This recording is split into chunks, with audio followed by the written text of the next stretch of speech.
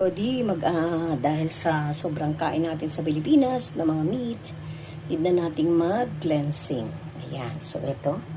Cucumber. So, ilagay natin lahat dyan. Ayan. Gumawa ko ng marami para i-ano ko na lang siya. I-stack ko. Tapos ginger. Tapos lemon. Ayan. Okay. Tapos i-blend natin. Ayan. Lagyan natin siya. Ayan. Dahil wala akong blender, pwede naman ito.